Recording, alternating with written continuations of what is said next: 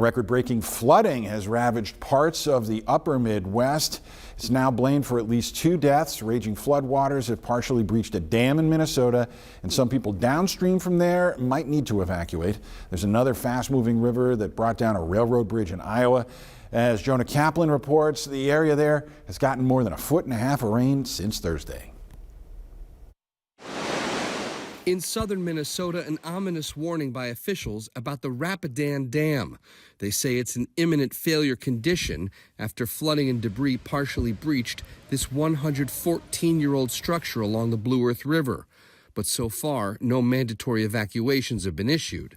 We have about 18 inches of rain over the last couple of weeks. What's happened is we've inundated the ground. There's nowhere for it to go. It was a similar scene here along the Iowa-South Dakota state line. A train bridge connecting the two states collapsed after being overtaken by the rising Big Sioux River, which reached a record high water level of roughly 45 feet. And 100 miles to the northeast, the city of Spencer, Iowa, is only now starting to emerge from the receding floodwaters of the nearby Little Sioux River, which crested nearly 6 feet above its previous record.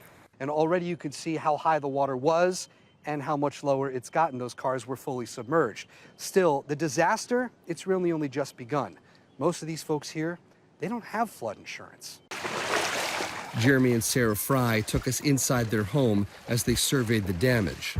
It got up to the 5th step. Sarah, a lifelong local, told us she's never experienced anything like this before in Spencer. What goes through your mind when you walk through this?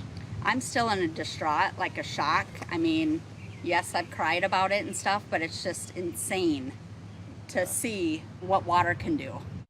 This might be for trains, but a couple miles from here, the interstate, I-29, that's also closed for flooding, and the detour around it, it's nearly an hour out of the way. There are still flood warnings for about a dozen waterways, according to the National Weather Service, and those rivers, they flow into the Mississippi and the Missouri, both of which are still rising.